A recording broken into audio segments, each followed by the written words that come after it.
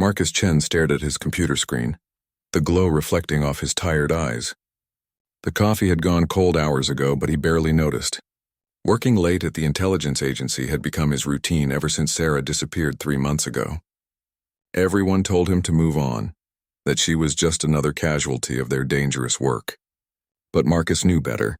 Sarah wasn't the type to make mistakes. The encrypted message appeared on his secure terminal at exactly midnight, a string of numbers and letters that looked like random data to most people. But Marcus had spent 15 years in intelligence work.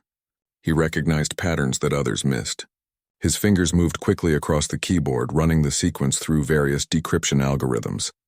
"That's a black operations code," he muttered to himself, leaning back in his chair. Black ops codes were reserved for the most classified missions, the kind of operations that didn't officially exist, the kind that Sarah had been working on before she vanished. Marcus felt his heart rate increase. Black ops codes weren't supposed to surface on regular intelligence networks. Someone was either very careless or very desperate. He saved the message to an encrypted drive and began tracing its origin. The digital trail led through multiple proxy servers across different countries. Whoever sent this knew how to hide their tracks. His phone buzzed with a text message from an unknown number. Marcus hesitated before opening it. In their line of work, unknown messages could be anything from death threats to bomb triggers, but curiosity won over caution. "Cafe Luna, tomorrow, 2 p.m., come alone." Marcus deleted the message immediately and ran a trace on the number. It came back as a burner phone, purchased with cash 3 days ago in downtown Seattle. No cameras in the store, no useful fingerprints on the phone records. Professional work. The next day, Marcus arrived at Cafe Luna 30 minutes early. He chose a table with a clear view of all entrances and exits.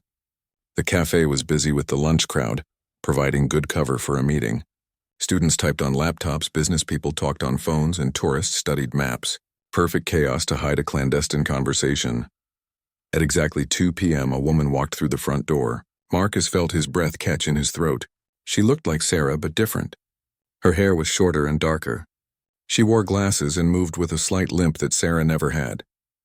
But something about her eyes, the way she scanned the room, reminded him painfully of his missing partner. The woman approached his table without hesitation. She sat down across from him and ordered coffee, from the passing waitress as if they were old friends meeting for a casual chat. "You look surprised to see me," she said quietly. Marcus studied her face carefully. The bone structure was different, but plastic surgery could explain that. Her voice was similar to Sarah's, but with a slight accent he couldn't place. "Should I know you?" Marcus asked, keeping his voice neutral. "You should know that Sarah is alive," and the woman replied, "and she needs your help." Marcus felt the world shift around him. 3 months of grief and guilt came crashing down. He had blamed himself for not being there when Sarah's mission went wrong. He had attended her memorial service, watched her empty coffin get lowered into the ground, and listened to their supervisor give speeches about her sacrifice for national security. "Prove it," Marcus said. The woman reached into her purse and pulled out a small silver pendant. Marcus recognized it immediately. It was Sarah's grandmother's necklace, the one she never took off. She had been wearing it the last time he saw her. "Where did you get this?" Marcus demanded. "She gave it to me before the extraction," the woman explained. "She said if anything happened, I should find you and give you this. She said you would know what it meant." Marcus turned the pendant over in his hands. On the back was a tiny engraving that only he and Sarah knew about. It was the coordinates of the place where they first met, carved in microscopic numbers. This was definitely Sarah's necklace. "What extraction?" Marcus asked. "The one that was supposed to happen 3 months ago," the woman said. "The one that went wrong when someone leaked the operation details. Sarah barely escaped with her life." Marcus leaned forward. "Who are you?" "My name is Elena Vasquez. I work for a private intelligence firm that specializes in rescuing compromised agents. Sarah hired us when she realized her cover was blown." "Why didn't she contact me directly?" "Because there's a mole in your agency," Elena said. "Someone high up in the command structure.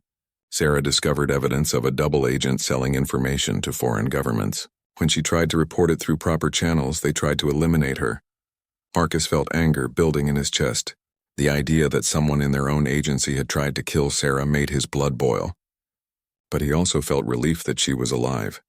"Where is she now?" he asked. "Hidden, safe. But not for long, Elena replied.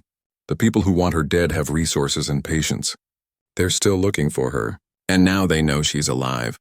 How do they know? Elena pulled out her phone and showed Marcus a news article. The headline read, Intelligence agent believed dead spotted in Prague. There was a grainy security camera photo that could have been Sarah, but the image was too unclear to be certain. This was published yesterday, Elena said. Sarah's cover is blown again. We need to move her soon, but she won't go without you. Marcus stared at the photo. After 3 months of thinking Sarah was dead, the possibility that she was alive seemed too good to be true. But the evidence was compelling. The necklace, the Black Ops code, the professional way Elena handled herself. What does she need from me? Marcus asked. The files, Elena said. Sarah was working on something big when her cover was blown. She discovered a network of double agents operating inside multiple intelligence agencies. She has partial evidence, but she needs access to classified databases to complete her investigation. Marcus knew what that meant. Elena was asking him to commit treason by stealing classified information. It was the kind of request that could end his career and land him in federal prison for the rest of his life. I need time to think about this, Marcus said. Elena nodded. I understand. But don't take too long. Sarah is running out of safe houses and the people hunting her are getting closer every day. She stood up to leave, then turned back. Marcus, there's something else you should know. The Black Ops code you received last night? Sarah sent that. She wanted you to know she was alive before I made contact. Elena walked away, leaving Marcus alone with his coffee and his racing thoughts. He looked at Sarah's necklace again, remembering all the missions they had completed together, all the dangers they had faced side by side. If Sarah was really alive and needed his help, he would find a way to give it to her, even if it meant destroying his own life in the process. Marcus couldn't sleep that night. He kept turning Sarah's necklace over in his hands, examining every detail. The weight felt right, the tiny scratches were in the correct places, and the engraving on the back matched his memories perfectly. But doubt still crept into his mind. In their line of work, nothing was ever simple or straightforward. The next morning, Marcus arrived at the office early.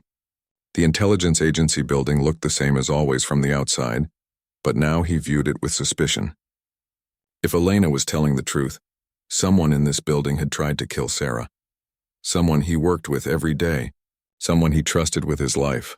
Marcus's supervisor, Director Williams, called him into his office at 9 a.m. sharp. Williams was a 30-year veteran of intelligence work, a man Marcus had always respected and trusted. But now Marcus found himself studying Williams's face for signs of deception. You look tired, Chen, Williams said, settling behind his large oak desk. Everything all right? Just having trouble sleeping, Marcus replied truthfully. Still thinking about Sarah? Williams asked with what seemed like genuine concern. I know you two were close partners. Losing someone like that is never easy. Marcus nodded, not trusting himself to speak. Williams had given one of the most moving speeches at Sarah's memorial service. He had talked about her dedication, her sacrifice, and her love for her country. If Williams was the mole, he was an excellent actor. I have a new assignment for you, Williams continued. We've been tracking a suspected terrorist cell operating out of Vancouver. Intelligence suggests they're planning something big for next month. Williams handed Marcus a thick file folder. Marcus flipped through it, noting the surveillance photos, intercept communications, and financial records. It looked like a standard counter-terrorism operation. This seems straightforward, Marcus said. Why are you giving it to me?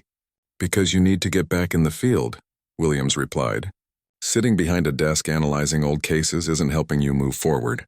Sarah would want you to keep doing the job. Marcus felt a stab of guilt. If Sarah was alive, she was probably hoping he would help her instead of chasing terrorists in Canada.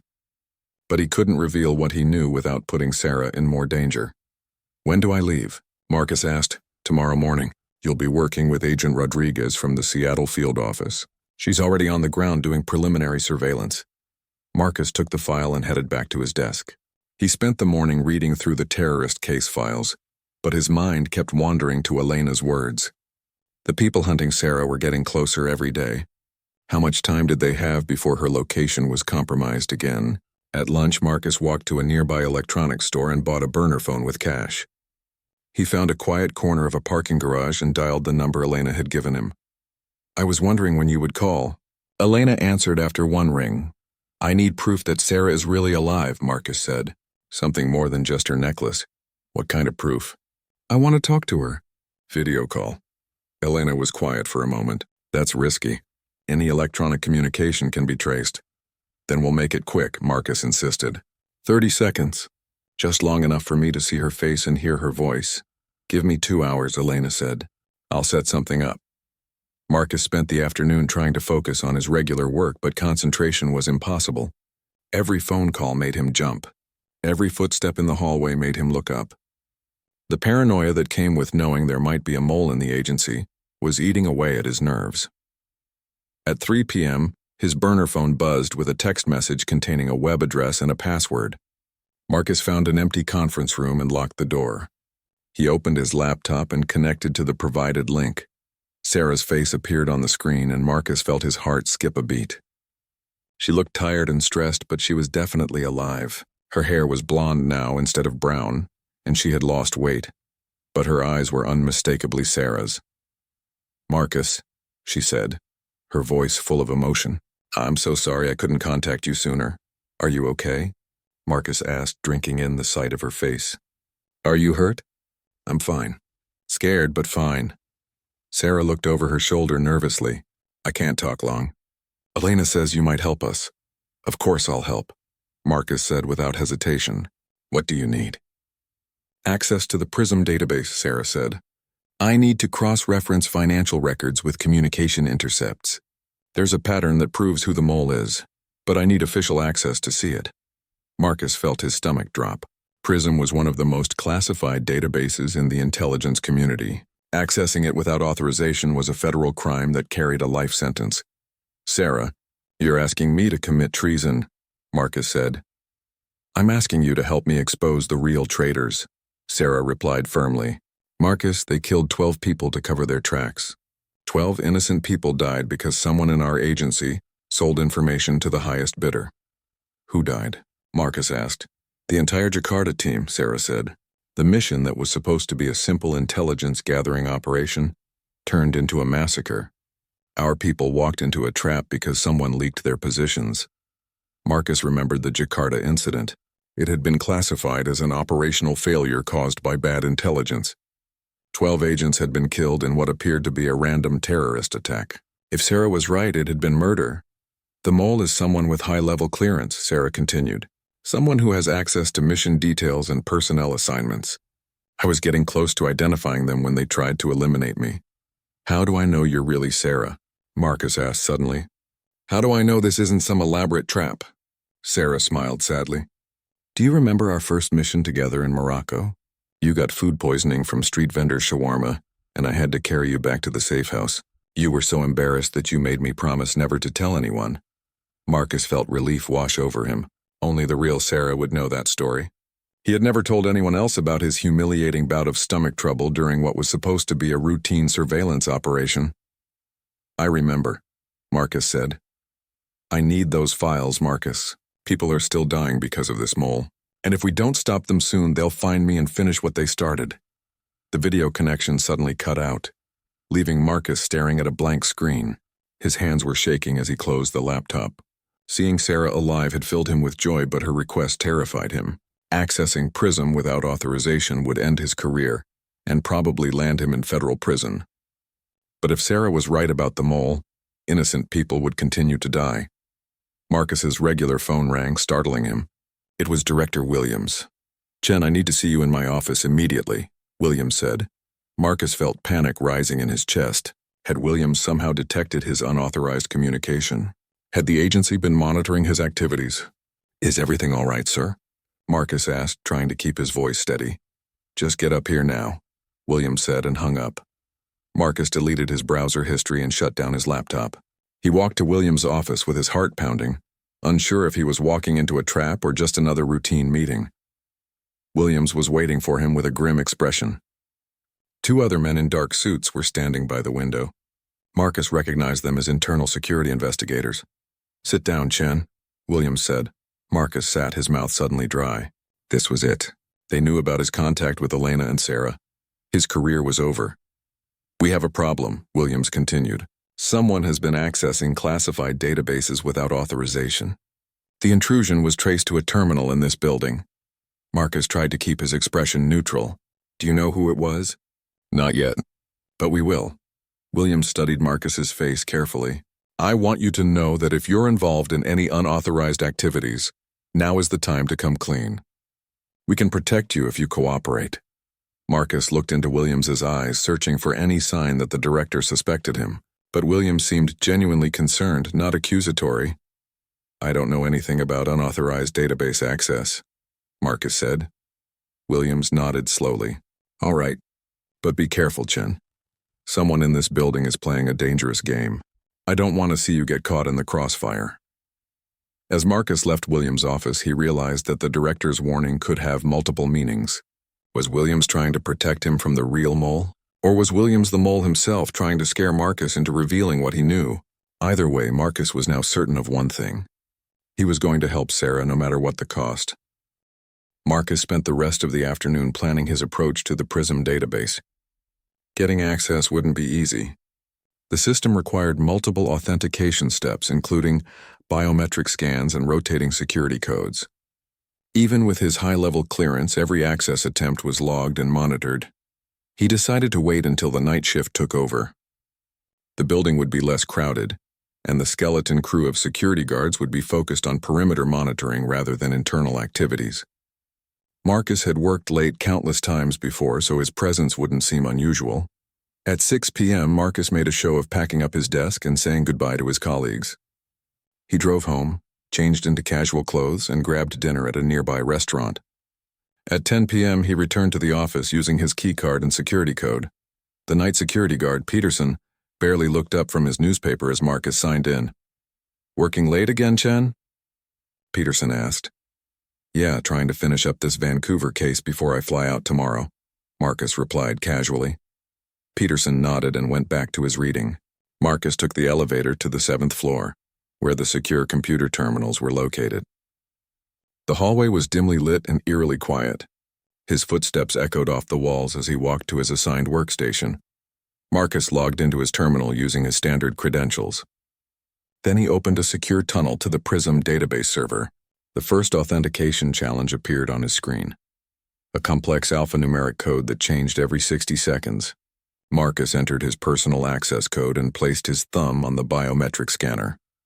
Access granted flashed on the screen. Marcus felt a bead of sweat roll down his back despite the air conditioning.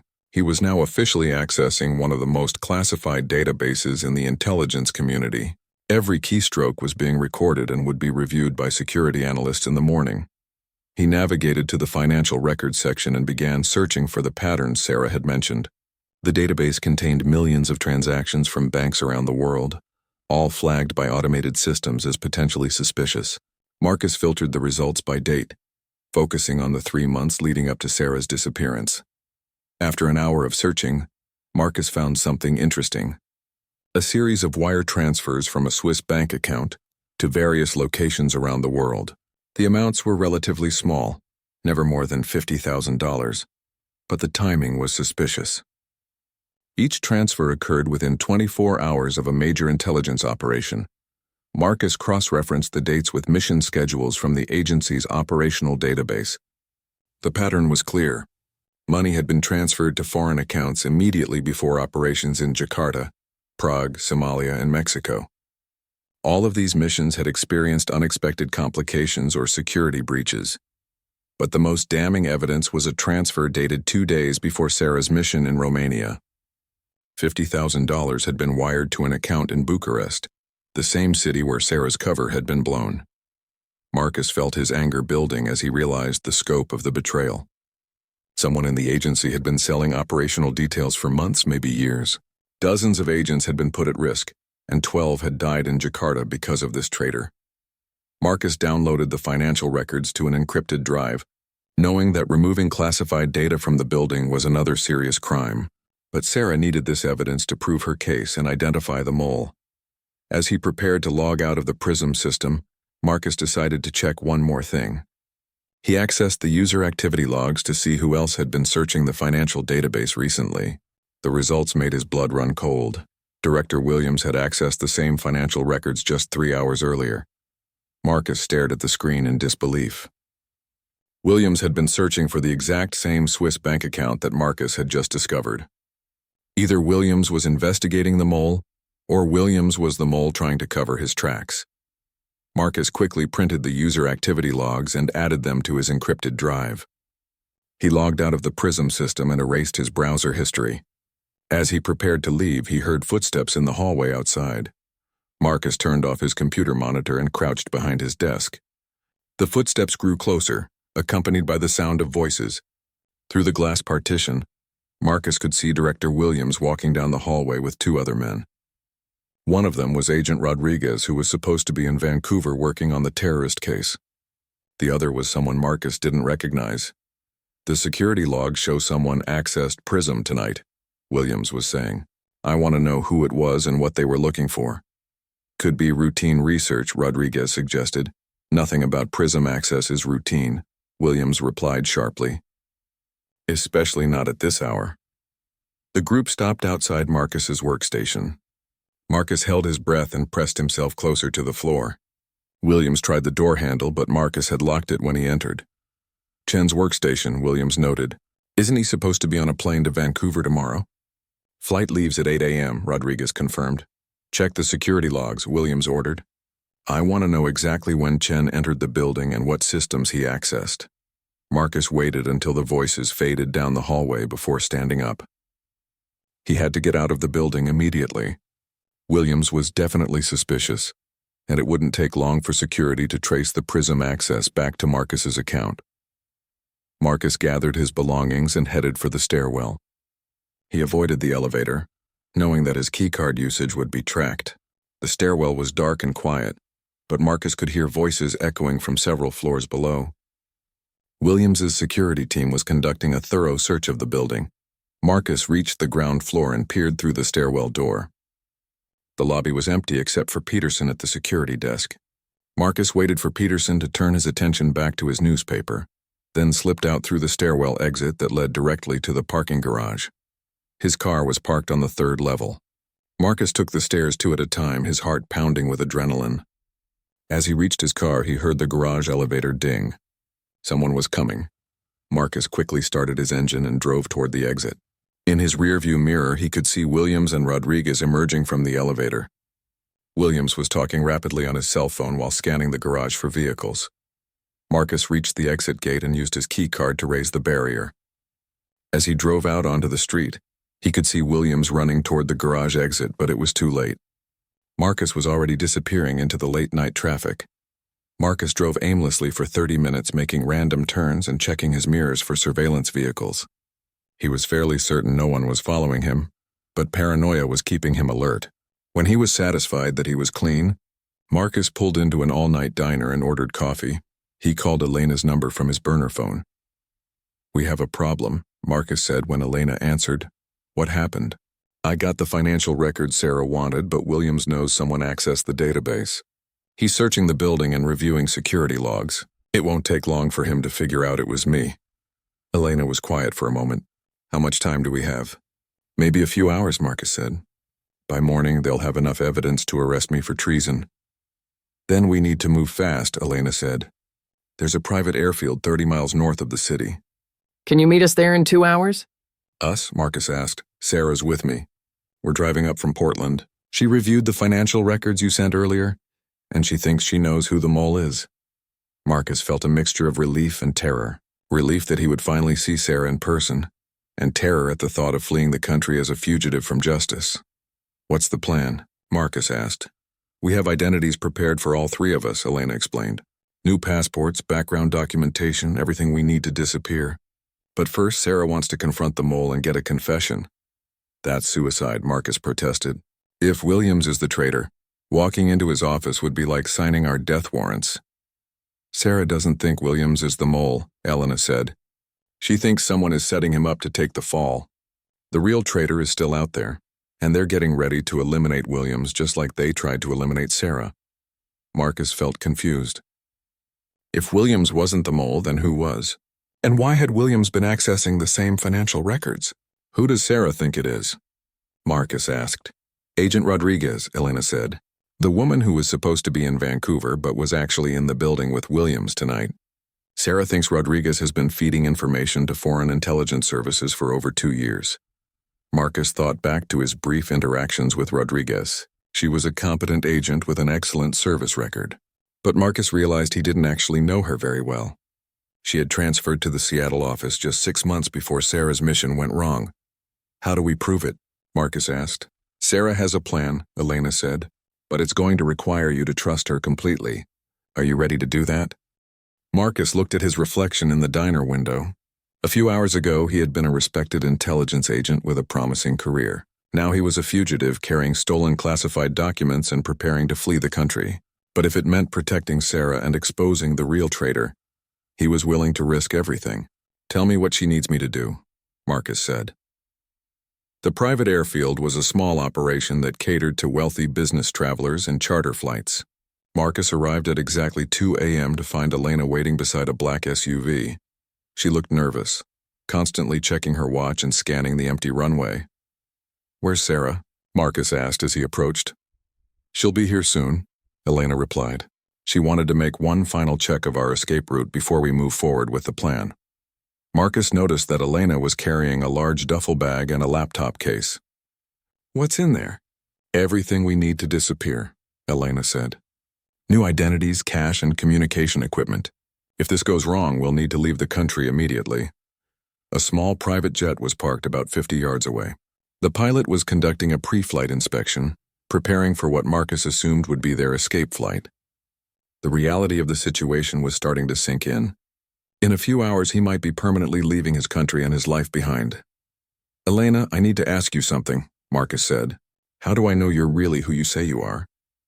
"How do I know this isn't some elaborate setup?" Elena studied his face for a moment, then nodded. "Fair question. In our business, trust is a luxury most people can't afford." She pulled out her phone and showed Marcus a photo. This was taken 3 days ago. The photo showed Sarah sitting in what appeared to be a small apartment. She was holding a newspaper with a clearly visible date, proving that the picture was recent. But what caught Marcus's attention was Sarah's expression. She looked frightened and exhausted, not like someone who was safely hidden away. "She's scared," Marcus observed. "We all are," Elena admitted. "The people hunting Sarah have unlimited resources and no moral boundaries.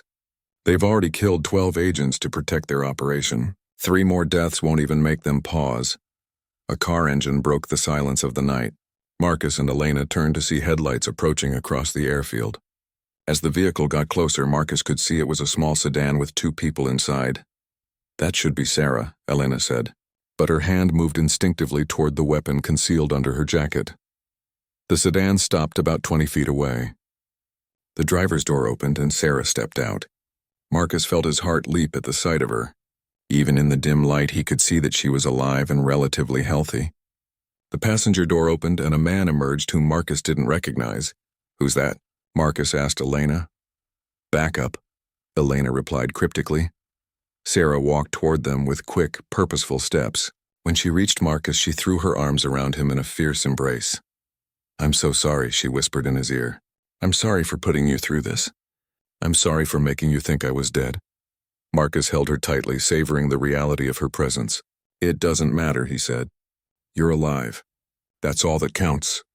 Sarah pulled back and looked at his face. "Marcus, what we're about to do is incredibly dangerous. If we're wrong about Rodriguez, we could all end up dead. Are you sure you want to go through with this?" "Tell me the plan," Marcus said. Sarah gestured toward the unknown man. "This is David Kim. He's a former FBI counterintelligence specialist who now works with Elena's organization. He's going to help us set up a sting operation." David stepped forward and shook Marcus's hand. "I've heard a lot about you," he said. "Sarah thinks you're one of the few people in your agency who can be completely trusted." "What's the operation?" Marcus asked. Sarah pulled out a tablet and showed Marcus a detailed map of downtown Seattle. "We're going to feed Rodriguez false information about my location, but we're going to do it in a way that makes it look like the information came from you." Marcus felt a chill run down his spine. "You want to use me as bait?" "Not exactly," Sarah explained. "We want to use your access to the agency's communication systems to plant false intelligence. If Rodriguez is the mole, she'll pass that information along to her handlers. We'll be watching to see who shows up at the fake location." David opened his laptop and began typing. We've already identified the communication channels Rodriguez uses to pass information. She thinks she's being clever by using a commercial messaging app, but we've been monitoring her for weeks. How did you get access to her communications? Marcus asked. Elena's organization has some very sophisticated surveillance capabilities, David replied. We've been building a case against Rodriguez since Sarah first identified her as a suspect. Elena opened her duffel bag and pulled out several pieces of electronic equipment. These are signal interceptors and recording devices. We'll be able to monitor all communication in and out of the trap location. Sarah looked at Marcus seriously. Here's what we need you to do. Tomorrow morning, you're going to send a coded message through the agency's secure communication system. The message will appear to be routine operational traffic, but it will contain hidden information about my supposed location. What kind of hidden information? Marcus asked. You're going to report that you've received intelligence about a safe house in Belltown where a high-value target is hiding, Sarah explained. You'll request backup for a raid scheduled for tomorrow evening. Rodriguez monitors all operational communications, so she'll see the message. David looked up from his laptop. If Rodriguez is working for foreign intelligence, she'll immediately alert her handlers about the safe house location. They'll send a team to capture or eliminate Sarah before the agency raid can take place. But I won't actually be at the safe house, Sarah added. Instead, we'll have surveillance equipment set up to record whoever shows up. That evidence will prove Rodriguez is the mole. Marcus thought through the plan carefully. It was risky, but it might work. What if Rodriguez isn't the mole? What if we're wrong? Then no one will show up at the safe house and we'll know we need to look elsewhere, Elena said. But if we're right, we'll have solid evidence of Rodriguez's betrayal. And what happens to me? Marcus asked. Once I send that fake message, I'll be officially participating in an unauthorized operation. There's no going back from that. Sarah took his hands in hers. Marcus, I won't lie to you. If this goes wrong, we'll all be fugitives. But if we do nothing, more innocent people will die. Rodriguez and her handlers are planning something big. Elena's contacts in the intelligence community have picked up chatter about a major operation targeting American agents worldwide. Marcus felt the weight of the decision pressing down on him. He could walk away right now, return to his hotel and catch his flight to Vancouver in the morning. He could pretend this conversation never happened and continue living his normal life. But Sarah would remain a hunted fugitive and the real mole would continue operating inside the agency. What's the timeline? Marcus asked. David checked his watch. We need to be in position by 6 p.m. tomorrow. That gives Rodriguez's handlers time to mobilize a response team after they receive the information. And if they don't show up, then we disappear, Elena said simply. All three of us. We use the new identities and start over somewhere else. Marcus looked at Sarah's face, seeing the hope and fear in her eyes. She was asking him to risk everything for a plan that might not work. But she was also asking him to help her stop a traitor who had already caused the deaths of 12 innocent people. All right, Marcus said finally. I'll do it. Sarah smiled for the first time since he had arrived. Thank you, Marcus. I knew I could count on you. Elena began packing up the surveillance equipment. We need to get into position early tomorrow. David and I will set up the monitoring station while you and Sarah prepare the communication intercept. Where will we be staying tonight? Marcus asked. Safe house about an hour from here, Elena replied. It's clean and secure. We can finalize the operational details there. As they prepared to leave the airfield, Marcus took one last look at the private jet. By tomorrow night, he would either be celebrating the exposure of a dangerous traitor, or he would be fleeing the country as a fugitive from justice. Either way, his old life was over. The only question now was whether his new life would begin in triumph or in exile. David closed his laptop and headed toward the sedan.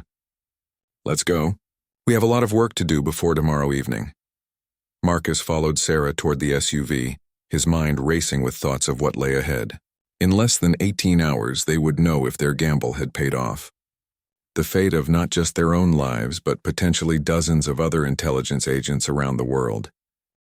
The safe house was a modest 2-story home in a quiet suburban neighborhood. From the outside, it looked like any other middle-class residence, complete with a small garden and a 2-car garage. But Marcus noticed the reinforced windows, hidden security cameras, and the subtle modifications that marked it as a professional safe house. Inside, the house was spartanly furnished but well equipped with communication gear and surveillance equipment. Elena immediately began setting up a command center in the dining room, connecting laptops and monitors to create a sophisticated intelligence gathering station. Sarah and Marcus sat together on the living room couch. The first time they had been alone since her supposed death 3 months ago. The weight of everything that had happened hung between them like a heavy curtain. "I keep expecting to wake up and find out this is all a dream," Marcus said quietly. Sarah reached over and took his hand. "I know this is hard to process. There were so many times I wanted to contact you, to let you know I was alive. But Elena convinced me that any communication would put you in danger." "Tell me what really happened in Romania," Marcus said. "The official report said you were killed in a car bombing." Sarah's expression darkened. "The mission was supposed to be routine surveillance of a suspected arms dealer. But when I arrived at the meeting location, there were hostile agents waiting for me. Someone had leaked my cover identity and operational details. How did you escape?" "I didn't go to the meeting," Sarah explained. Something felt wrong about the whole setup. The target had agreed to the meeting too easily, and the location was too exposed. "I decided to observe from a distance first." Sarah stood up and walked to the window, looking out at the quiet street.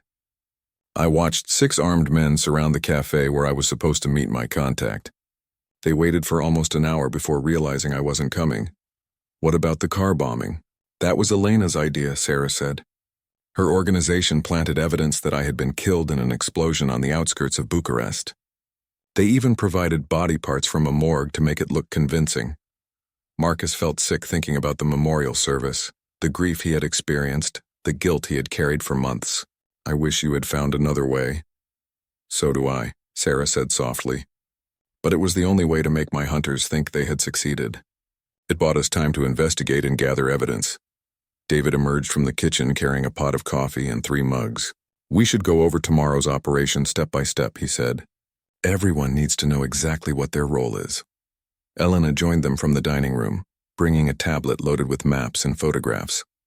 "I've identified the perfect location for our trap," she said. "It's a warehouse in Belltown that's been converted into luxury lofts.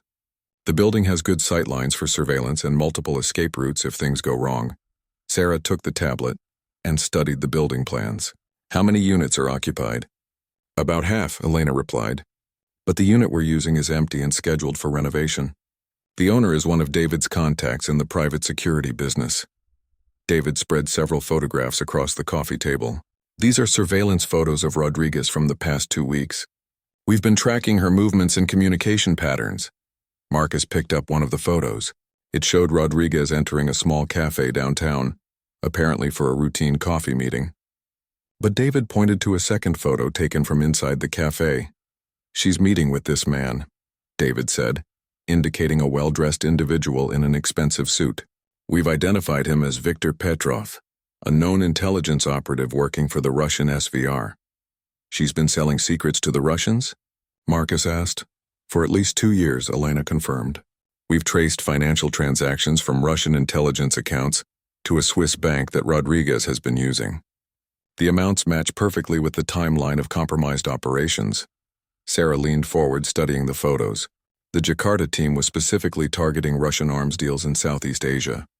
Rodriguez had access to their operational plans and personnel assignments. She fed the information to Petrov, who passed it along to his contacts in Jakarta, David added. 12 agents walked into a carefully planned ambush. Marcus felt anger building in his chest. Rodriguez had seemed like a dedicated professional, someone he could trust with his life. The idea that she had been systematically betraying her colleagues for money made him sick. "How are we going to get her to reveal herself tomorrow?" Marcus asked. Elena pulled up a new screen on her tablet. "You're going to send this message through the agency's secure communication system at exactly 10 a.m. She showed Marcus a carefully crafted operational update that appeared routine but contained hidden intelligence about Sarah's supposed location. Marcus read the message carefully. It described a high-value target hiding in the Belltown warehouse and requested backup for a raid scheduled for 8 p.m. The language was standard operational protocol, but someone who knew what to look for could extract Sarah's supposed location from the coded references. "Rodriguez monitors all operational traffic," Sarah explained. "She'll recognize the significance of this message immediately. If she's working for the Russians, she'll contact Petrov within hours. David opened his laptop and showed Marcus a sophisticated communication monitoring setup. We'll be intercepting all electronic communications in the area. Cell phones, internet traffic, radio transmissions. If Rodriguez sends any messages about the warehouse location, we'll record them. What if she uses a secure channel we can't monitor? Marcus asked. Then we'll rely on physical surveillance, Elena said. If Russian operatives show up at the warehouse, we'll have them on camera. That will be enough evidence to prove Rodriguez's betrayal. Sarah stood up and began pacing the room. There's something else we need to consider. If Rodriguez is the mole, she might not be working alone. There could be other compromised agents in the agency. You mean a conspiracy? Marcus asked. Or just other people Rodriguez has recruited over the years, Sarah said. 2 years is a long time to build a network of assets and informants. Elena nodded grimly. That's why this operation is so important. If we can capture Rodriguez's communications with her handlers, we might be able to identify other compromised agents. David checked his watch. It's almost 4 a.m. We should try to get some sleep. Tomorrow is going to be a very long day. Elena assigned sleeping arrangements. Marcus and Sarah would share the master bedroom, while Elena and David took the guest room and living room couch respectively. Security watches were arranged so that someone would be awake and monitoring communications at all times. As Marcus and Sarah prepared for bed, the reality of their situation became even more apparent. Tomorrow they would either succeed in exposing a dangerous traitor, or they would be forced to flee the country as fugitives. There was no middle ground, no safe fallback position. Are you scared? Sarah asked as they settled into bed. Terrified, Marcus admitted, but also angry. Rodriguez betrayed people who trusted her with their lives. She deserves whatever happens to her. Sarah curled up against Marcus's side. I've been thinking about what happens after tomorrow. Even if we succeed, our careers in intelligence are probably over. The agency won't trust us after this unauthorized operation. Maybe that's not such a bad thing, Marcus said. Maybe it's time for us to start over somewhere else, doing something different. Like what? Marcus thought for a moment. Elena's organization seems to do important work helping people who can't get help through official channels. Maybe there's a place for us there. Sarah smiled in the darkness. Private intelligence work. It would be dangerous, but at least we'd be working for people we trust. Elena saved your life, Marcus pointed out. That counts for something. As they drifted off to sleep, Marcus felt a strange sense of peace despite the danger they were facing. After 3 months of grief and uncertainty, he finally had Sarah back. Whatever happened tomorrow, they would face it together. But in the back of his mind, Marcus couldn't shake the feeling that they were missing something important. The operation seemed almost too straightforward, too simple. In his experience, intelligence work was never simple. There were always complications, always unexpected variables that could destroy the best-laid plans. Marcus hoped that tomorrow would be the exception to that rule. But years of experience had taught him to prepare for the worst while hoping for the best. And tomorrow the worst could mean death for all of them. The last thing Marcus remembered before falling asleep was the sound of Elena quietly talking on her radio to someone, coordinating final preparations for the operation. Her voice was calm and professional, but Marcus could detect an underlying tension that suggested she was just as worried about tomorrow as he was. In a few hours, they would discover whether their gamble would pay off, or whether they had walked into a trap of their own making. Marcus woke up at 7 a.m. to the sound of Elena's voice in the next room. She was speaking rapidly in what sounded like Russian, her tone urgent and concerned. Sarah was already awake, listening intently to the conversation through the thin walls. What's she saying? Marcus whispered. I think she's getting updates from her surveillance team. Sarah replied quietly, something about unusual activity near the agency building. They dressed quickly and joined Elena and David in the dining room. Elena was ending her phone conversation as they entered, her expression troubled. What's wrong? Sarah asked immediately. Rodriguez didn't go home last night, Elena said. Our surveillance team lost track of her around midnight. She could be anywhere. David looked up from his laptop screen. That's not necessarily bad news. She might have stayed at the office to monitor communications more closely. Or she might have suspected something and gone into hiding, Marcus pointed out. Elena shook her head. If she suspected we were onto her, she would have run immediately. The fact that she's still in the area suggests she's planning something. Sarah poured herself coffee from the pot David had prepared. Maybe she's meeting with her Russian contact to prepare for tonight's operation. Which reminds me, Elena said to Marcus, you need to send that message in exactly 3 hours. Are you ready? Marcus nodded, though his stomach was churning with nervousness. I've memorized the text. I'll send it from my office computer so it looks completely routine. David pointed to several screens showing surveillance feeds from around the city. We have teams positioned near Rodriguez's apartment, her usual meeting spots, and the agency building. If she makes any suspicious moves, we'll know about it. What about the warehouse? Sarah asked. Already set up, Elena replied. We have cameras covering all approaches to the building and recording equipment in the target apartment. If anyone shows up tonight, we'll have everything documented. Marcus studied the surveillance feeds, noting the professional quality of Elena's operation. Whoever she worked for had serious resources and expertise. Elena, can I ask you something? Who exactly do you work for? Elena hesitated before answering. It's a private intelligence firm that specializes in situations the official agencies can't handle.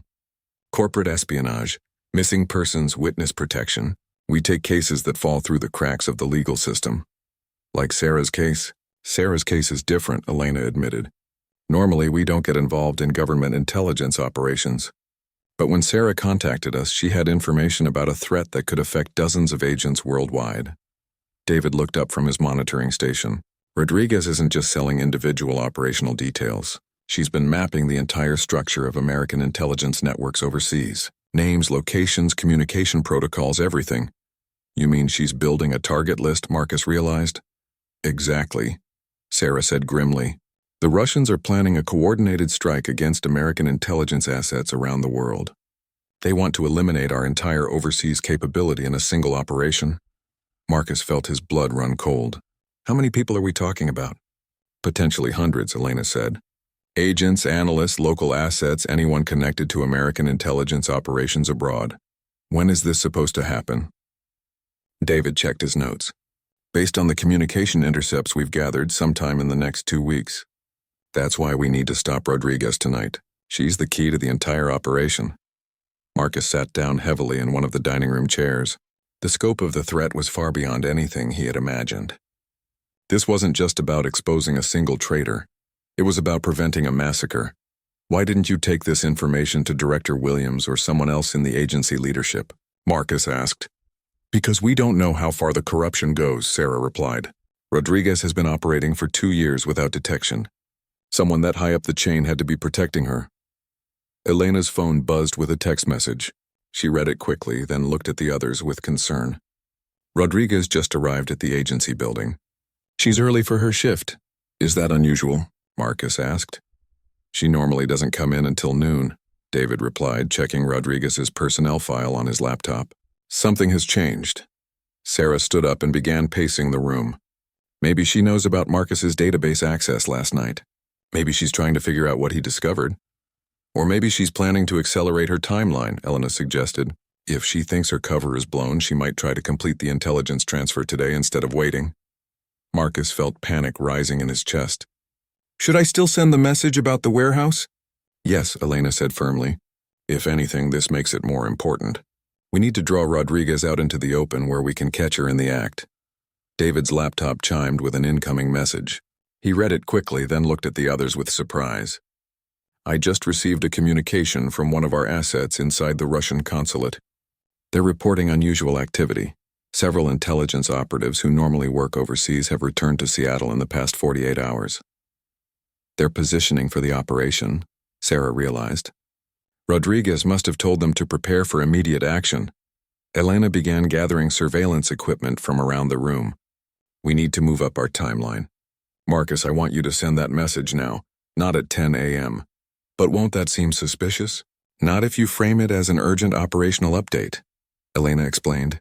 Say you received time-sensitive intelligence that requires immediate action.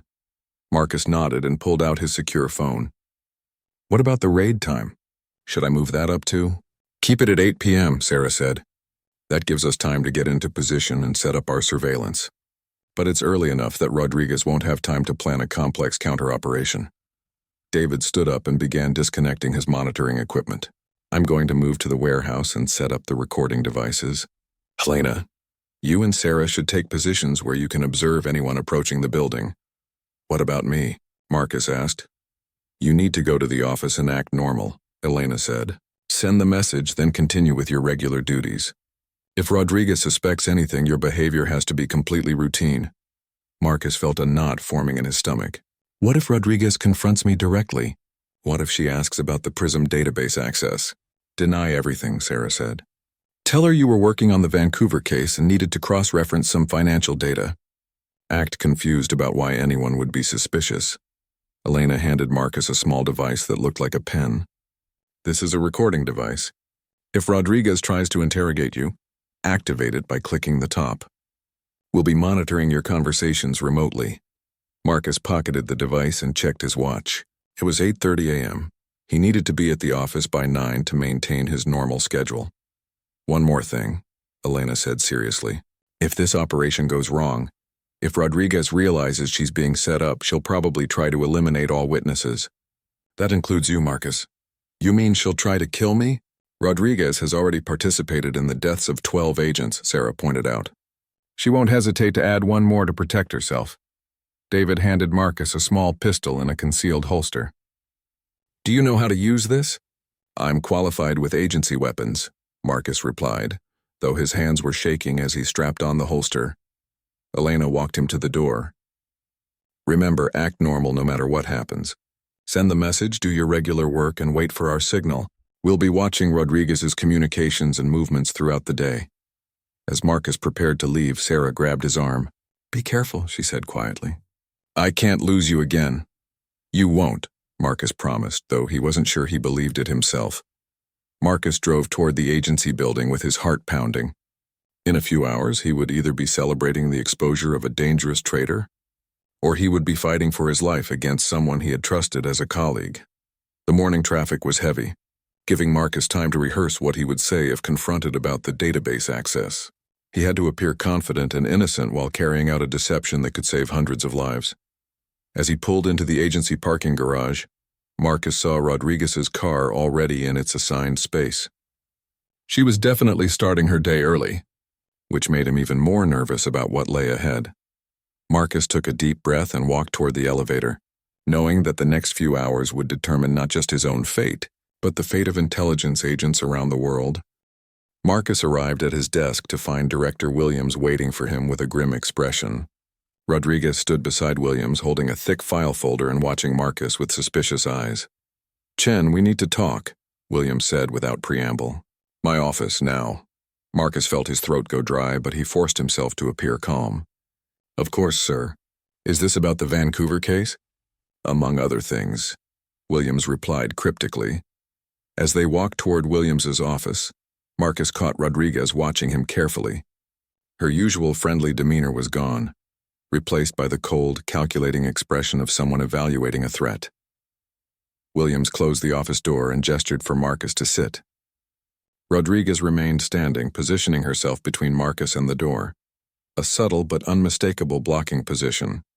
Marcus, I'm going to ask you some direct questions, and I need honest answers, Williams began. Did you access the PRISM database last night without authorization? Marcus had rehearsed this moment, but actually lying to Williams face-to-face was harder than he had expected. No, sir. I was working on background research for the Vancouver operation, but I used standard databases only. Rodriguez opened her file and pulled out several printed pages.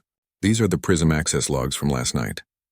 Your security credentials were used to access classified financial records at 11:47 p.m. That's impossible, Marcus said, putting genuine confusion into his voice.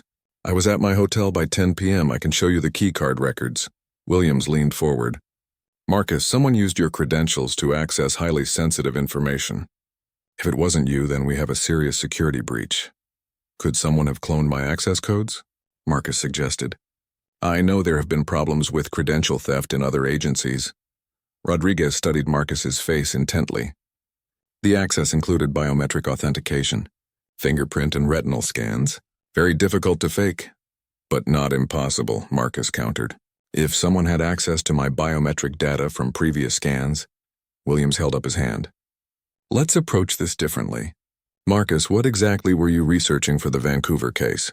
This was territory Marcus felt more comfortable with, since he actually had been working on the terrorist investigation. Financial connections between the suspected cell members and known terrorist funding networks. I was trying to trace money transfers that might reveal the scope of their operation. Which databases did you use? The Standard Financial Intelligence Database and the International Banking Monitoring System, Marcus replied. Both are within my clearance level for counterterrorism work. Rodriguez exchanged a look with Williams. Those systems wouldn't contain the type of data that was accessed through PRISM last night. Williams stood up and walked to his window. Marcus, I've known you for 8 years. You're one of the most trustworthy agents I've ever worked with, but the evidence suggests someone with your credentials accessed information they shouldn't have. Sir, I swear to you that I didn't access PRISM last night, Marcus said with complete honesty. He had accessed it, but not last night. It had been early this morning.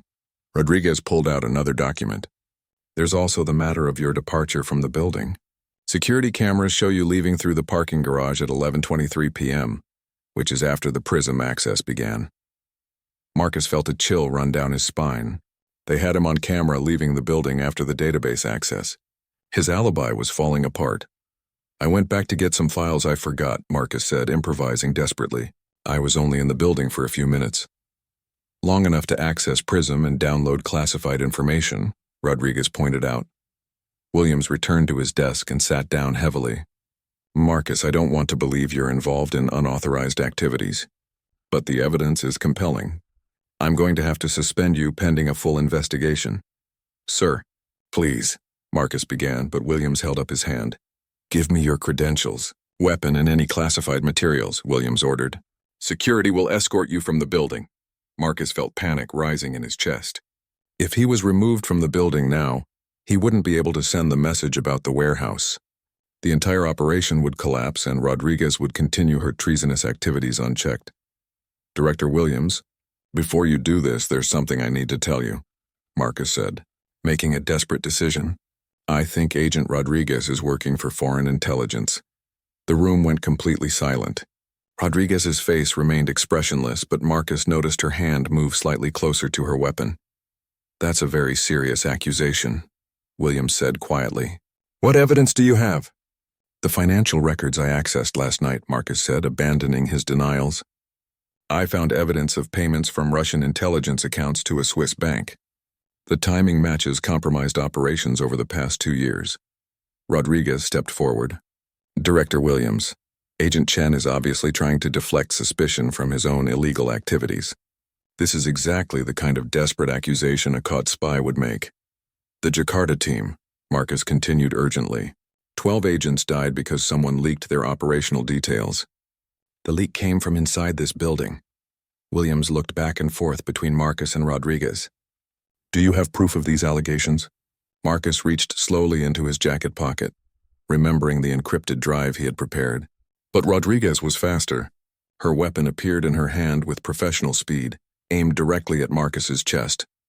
I wouldn't do that if I were you, Rodriguez said calmly. Williams jumped to his feet. Rodriguez, what the hell are you doing? Protecting national security, Rodriguez replied without taking her eyes off Marcus. Agent Chen has been selling classified information to foreign governments. He's about to try to destroy evidence. Put your weapon down immediately, Williams ordered.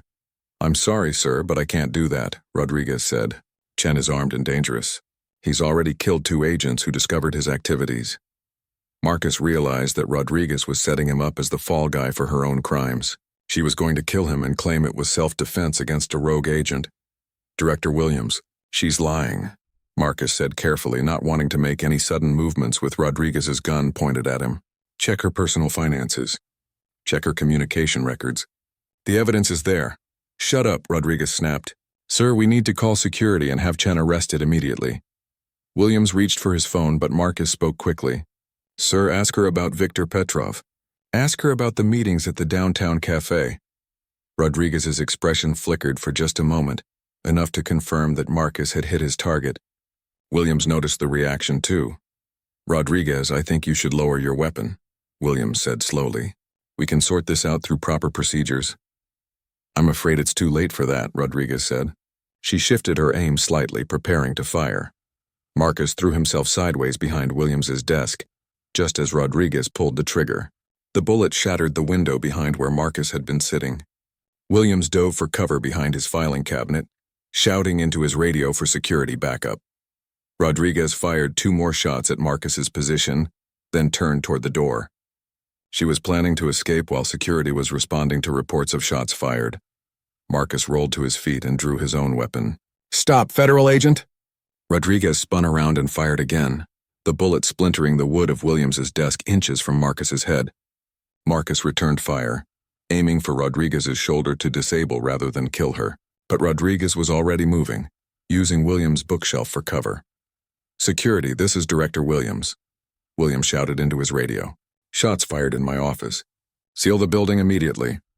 Rodriguez realized her escape route was being cut off. She fired 2 more shots at Marcus, then smashed Williams' window with the butt of her gun. The office was on the 3rd floor, but Rodriguez appeared to be preparing to jump rather than face capture. "Rodriguez, stop," Marcus called out. "It's over. We know about Petrov. We know about the Russian operation." Rodriguez paused at the broken window. "You know nothing," she said. "And you're too late to stop anything." She fired 1 final shot at Marcus, then threw herself through the window. Marcus rushed to the window and looked down. Rodriguez had landed on the building's 2nd-floor roof, apparently injured but still moving. She was crawling toward a maintenance ladder that led to the parking garage. Williams joined Marcus at the window. "My God," he said. "How long has she been working for them?" "At least 2 years," Marcus replied, pulling out his phone to call Elena. "And there's something else, sir. There's a Russian operation planned against American intelligence assets worldwide." Rodriguez was the key to the whole thing. As security teams swarmed the building and medical personnel rushed to treat Rodriguez's injuries, Marcus realized that their warehouse operation might no longer be necessary. Rodriguez had revealed herself dramatically, and her communications with Russian intelligence could now be monitored officially, but Marcus also realized that Rodriguez's comment about being too late suggested the Russian operation might already be in motion. Even with Rodriguez captured, hundreds of American intelligence agents around the world could still be in mortal danger. The game was far from over. In fact, it might just be beginning.